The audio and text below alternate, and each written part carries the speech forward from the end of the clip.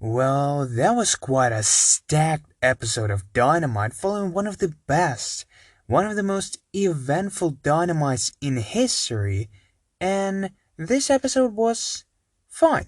It was an average, good episode of Dynamite that did a job pretty well. It continued some storylines that we have, and it made me feel excited for the next episode, so yeah, good job. And this show started with the best match of the night, TH2 versus the Young Bucks. And oh boy, this match started at a pace 100 and it never stopped. We've seen some incredible maneuvers performed by TH2 and the Young Bucks, including Doomsday Device on the outside on Jack Evans, and the Indie Taker on the outside performed by Young Bucks once again on Jack Evans. Poor Jack. But even though Jack Evans got his ass beaten down, TH2 were in control of the match, surprisingly for the majority of the match. They at one point actually looked like they're gonna be able to take the victory. After Angelico worked on the leg of Matt Jackson for the majority of the match, he put him at his finisher submission, and he was nearly tapping out Matt Jackson until Nick came for a big save with a swanton bomb right on the legs of both Angelico and Matt Jackson. After this, super kick party happened, and Angelico and Jack Evans lost after a BT trigger. And it made sense that the Young Bucks won. But at the same time, as I said at one point, I actually thought they're going to give this victory to TH2 to set up a big match for the end of December, for the special events that we're going to have at the end of December. And it would be logical to have some sort of a big match for tag team belts, but it seems like if it's going to happen, it's not going to be against TH2. Something that I have to note is that during the match, Matt Jackson was powerbombed right into the Acclaimed, who were sitting at the ringside. And after the match, the Acclaimed decided to get some hit back by attacking the Young Bucks, but SCU came for the help. And next week, we're gonna have the match between Acclaimed and SCU. Something that I said will happen this week, but hey, next week is also fun. Putting these young talents on the map, because they said Dark on Fire at one point, and now they're coming on Dynamite, I think is a nice way to introduce this new team. So, yeah, I'm looking forward for this match. Maybe it's not going to be a great match, but it's going to be interesting to look at the Acclaimed on Dynamite. After this, we had a Tony Schiavone interview with Cody Rhodes, but before he could say anything, Sting interrupted him, and we had a little bit of exchange between Sting and Arn Anderson, where Arn basically said, I needed a moment to realize if this is all real, and you know what? I will excuse myself. And he just left. Obviously, they had a long history between each other in WCW, and it seems like we're having some seeds planned on something big in the future. But then, we had a little bit of a lovely bromance between Tony Schiavone and Sting, where Sting said, hey, come on Tony, we know each other for years and you helped my career so much by saying this one line that fans absolutely love. So, do it for the fans. And Tony Schiavone had no chance but to say, it's Sting! For the fans. But then we had the main talking point of this segment. Cody and Sting exchanged words, and we found out that Sting is here to stay for a long time, and even though the jungle had changed a little bit, the animals evolved.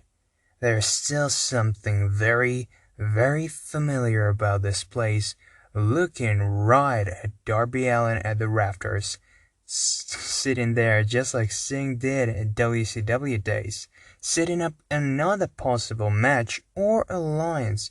It depends on how story will go now with Darby Allin. But let's not forget about what's happening in the ring, because Cody said that, hey, I appreciate what you did to me last week saving my ass from FTW, but hey, why the hell are you here? And Sting just simply answered saying that, I'm not here for you, Cody, but you, kiddo, should look around. Setting up possible again match between Cody and Sting would be a little bit interesting. It wouldn't be that entertaining because it would be very much 80s style of wrestling, something that Cody adores and everybody knows it. But I think it would be a fittable opponent for Sting, even though I really don't want to see Sting fighting at the age of 61. But hey, what do we know? We're gonna have to wait and see. That's what's gonna happen. Then we had an in-ring return for FTR. First match since Full Gear when they lost the titles to Young Bucks. And they faced against Varsity Blondes in a surprisingly very competitive match. And even more surprisingly, Varsity Blondes, Griff Garrison, and Brian Pillman Jr. were in control for a big portion of the match. They never looked like the team who were probably gonna win because it should be FTR, but FTR really put over those guys. And I mean, Brian Pillman Jr. is a big star in the independent scene, but it really starts to hit us that he can be a big star in the future. And Griff Garrison, with his fiery hot tag, was just brilliant. His jumping clothesline was just, perfection. But FTR at one point finally found this fire, finally found this anger inside of them, and they absolutely killed Brian Pillman Jr. with their finisher. I mean, whew! Shadow Machine, you had no escape, Brian. And it's a nice win for FTR that really put over Varsity Blondes, but also didn't portray FTR as a weak team. Actually, instead, they portray them as angry, desperate team to come back to AEW that needs to get those titles back, to be complete, and to be once again reigning and dominating. After this, we had two very weird and I think it's safe to say worst segments of the show. First, Dustin Rhodes versus 10 of Dark Order in a very short match where we had some sort of iteration of a dark feud between Aaron Solo and number 10 of Dark Order. Dustin Rhodes won with a running bulldog. He beat the Muscle Man of the Dark Order in about 5-7 minutes, if not less. And it was just weird. I don't know why we had this. And it should have been a big win for number 10 to set him up as a big name in the Dark Order, but instead it led to pretty fun segment with Evil Uno, who came out to the ring with the whole Dark Order and cut this promo saying, "Come on, Dustin, you are a star, you are a legend, but even in this company, you're only third most important Rhodes." Very nice line, but then he said, "Join the Dark Order and become number 7. And at first I was like, why the hell would he get him in number 7? Why? The WCW gimmick. Ah, you cheeky bastard. I see what you did here. And of course, Dustin thought for about a second and slapped the living shit out of Evil Uno, who picked up the mic and said, "Hey Dustin, it's not a problem. You think about this and you will see the light that I see." It's, as I said, a very weird segment. I enjoyed the remembering of WCW gimmick that basically died in one night, but hey, why? Why did we make this whole segment at all?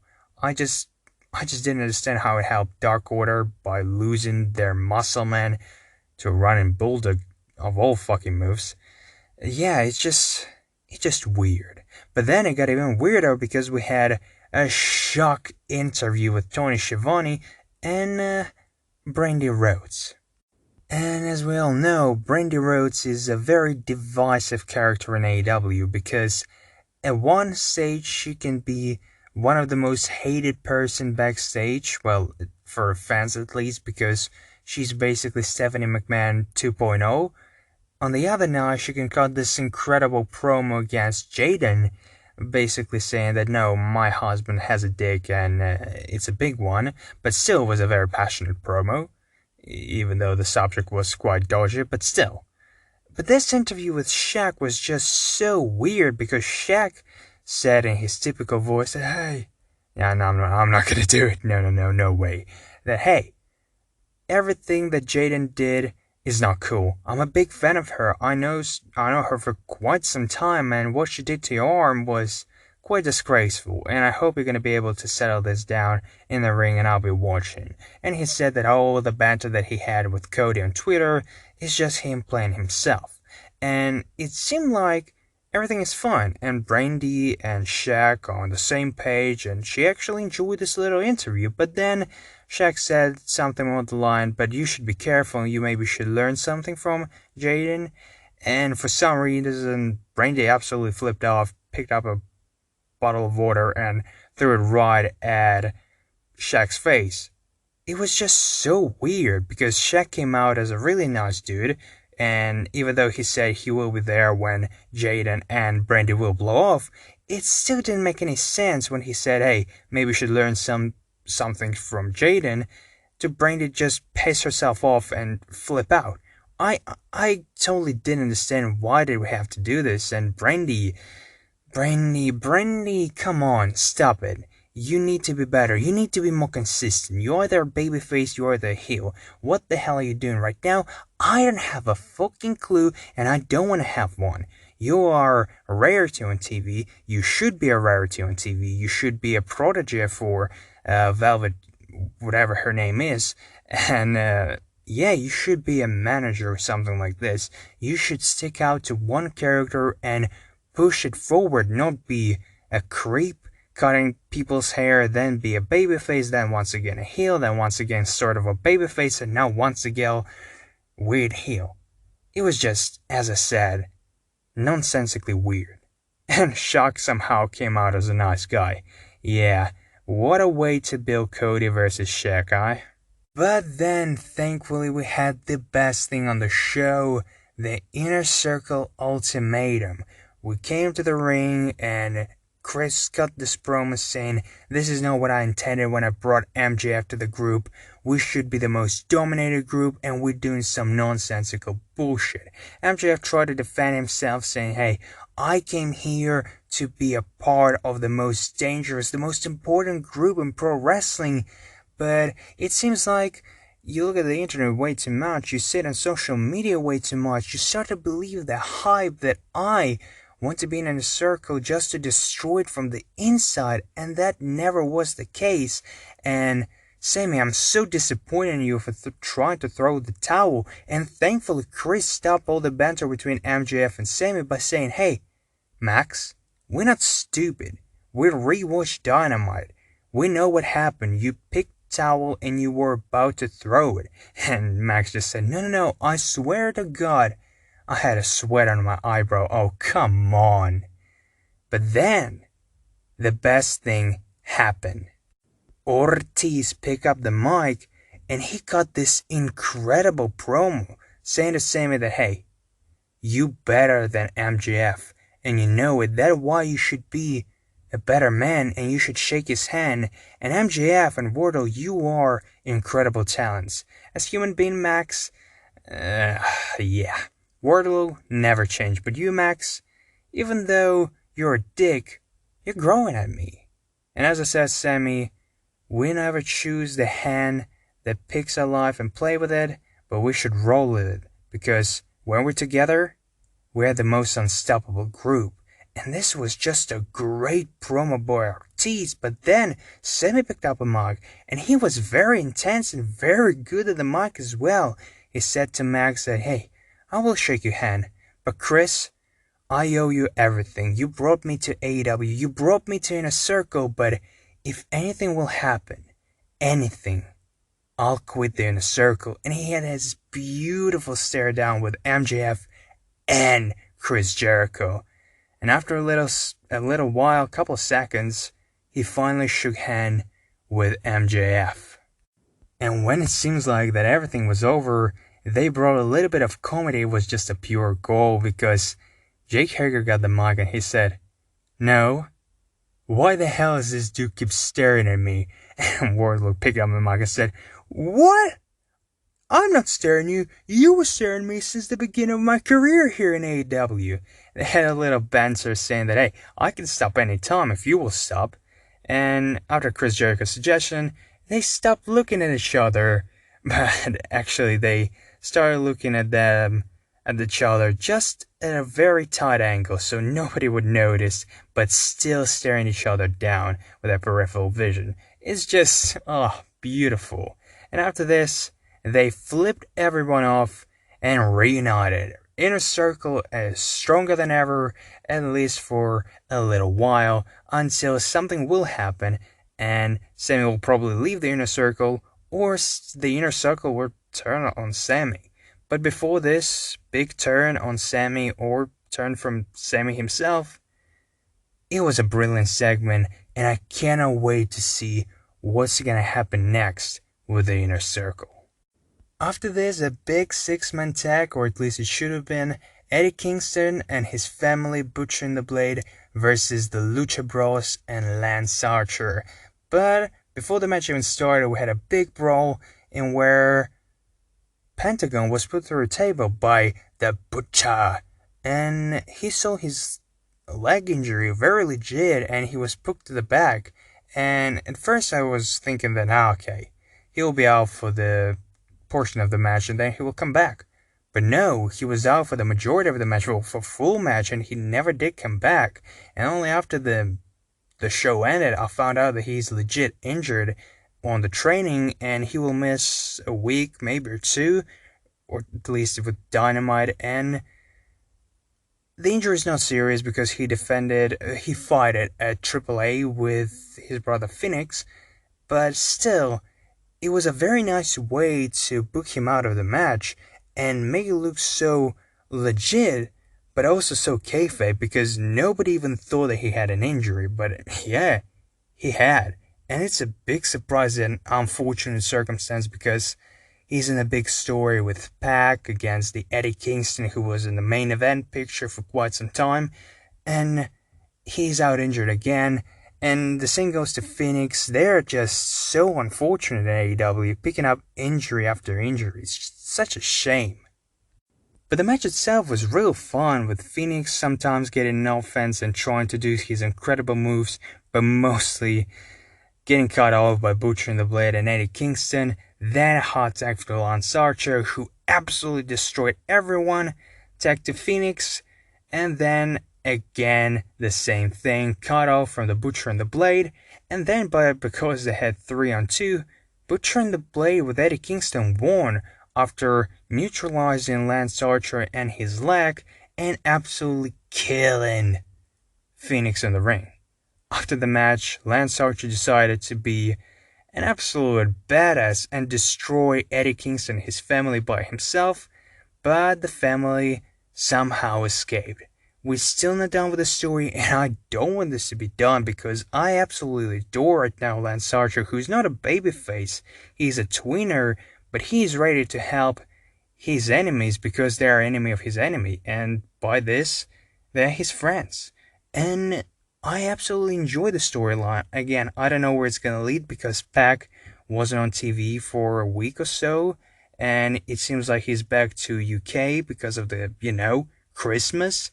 And maybe we're not going to see him for a little while, and hopefully Penta will be ready to go back very soon because we need to push the story forward, and one Ray Phoenix and Lance Archer probably not going to be able to cut it off. But still, a very fun match, and I'm intrigued what's going to happen next. Then we had Abaddon absolutely destroy poor jobber Tasha Price, if I remember her name correctly, in the matter of a minute or so, and it was fun, but what came next was actually much more important and much more interesting because Hikaru Shida came for the save because Abaddon decided to beat the living shit out of a poor girl after the match. She was scared, but she was with her favorite candlestick, so she came to the ring and absolutely nailed Abaddon right in her head. But after a couple of seconds, she absolutely no-sold it and stepped up Undertaker style. And it's safe to say that Hikaru Shida and poor Tasha shit themselves and run away. Some people saying that it's bad for Hikaru Shida's character. I absolutely disagree because it's actually building up Abaddon as a very intimidating character. This is a right way to sell it. You're not absolutely flipping out and crying like Seth Rollins did, but you also not absolutely no selling it. You're scared of the very intimidating and a scary character, which is a right thing to do. So again, I'm looking forward for their match. I don't think it's gonna be a great match, but it should be fun. And I'm looking forward where the story will go. Will Abaddon win the title? Or will she lose but still be a big threat to the division? I don't know. We're gonna have to wait and see. Next segment. Oh, you're such a big disappointment for me. It was so hyped up by the previous Tuesday because it's Kenny Omega making a big announcement. And this announcement is that he's a collector of belts and he has some big thing planned, but hey, I cannot actually deliver what it is because Don Callis said so. Basically, it was the same interview, the same promo that he cut on Tuesday, only now on Wednesday, and to be fair to him, he came out in a flippin' chopper. Helicopter. That was brilliant. It actually was built up on Tuesday by Tony Khan saying that he made it official and he will help out Kenny Omega to come to AEW. So nice actually booking here by Tony and AEW with Impact. I see you. But the whole promo was such a big disappointment because we were expecting him to announce that he will be at Triple Mania or at Impact Wrestling once again, and he will be. It's now official, but still, the whole segment was absolutely useless if you watched Impact last night. And I know that a lot of people didn't, but still, come on. You basically added absolutely nothing apart from saying that I have a lot of things in plan, but I cannot reveal them because no, they cannot take it. Disappointing, but I am still overexcited whether this whole shit will go with the collector, because right now it seems like it's gonna go in a very, very interesting place, and I cannot wait. Oh, I cannot wait. But all of that is in the future, but for now, we can talk about the main event of the night, Orange Cassidy versus MJF for the Diamond Ring. And holy smokes, it was a good match. I mean, it's no surprise that MJF is a good wrestler, but you just forget about it, because every time he cheats somehow to win, and he doesn't really deliver in the ring as much as he could. But this match was fire. Orange Cassidy's sell was on point. MJF trying to do the old school wrestling with additional of modern style wrestling is just top notch. And the whole match was obviously MJF being absolutely dominative over Orange Cassidy, working over his hands, of course, because hands in the pocket, all the shit. But come on, him working on his arm was just pure brilliance. After Orange tried to go for Orange Punch but hit the post, he couldn't use his arm properly, and MJF took total control of it. And obviously the whole inner circle was outside the ring, and only two poor Trent and Chuck were out there, so they went to the back for a big help, and the big help is Brandon Cutler, Top Flight, and the Vestiblons. Yeah, not the best backup, but still pretty fun. And it all, of course, led to big chaos, which allowed Orange Cassidy to hit two orange punches and nearly pick up a victory, but kick out from MJF, and while Ref didn't see, Miro came out and absolutely destroyed Orange Cassidy with one clothesline, allowing MJF to pick up the victory, but most importantly, setting up the conclusion to their little feud between Miro and Kip and the best friends, and also putting Miro in a position not only in main event, but also setting him up for the future as a big star, because after the match was over, MJF said that he won clean as a whistle. He pinned Orange Cassidy in the middle of the ring, but most importantly, the security guard decided to stop Miro from just posing on the ramp, and he killed them all. One poor bloke just went out of the ramp right on the floor. It was vicious. And Miro looked like an absolute beast, and it's the second week in a row. The Battle Royal and this segment where he looks just fantastic, and it fills my heart with hope that Miro will be safe in AEW. It's just a matter of time. So I cannot wait for their feud with Trent and Shaq will be over, and I cannot wait for big things for Miro. So, overall, a lot of good things were in this Dynamite, a lot of weird stuff, kind of bad stuff, but overall, really enjoyable, solid show that I enjoyed. So yeah, it was good. Thank you guys for listening, and as always, hear you soon.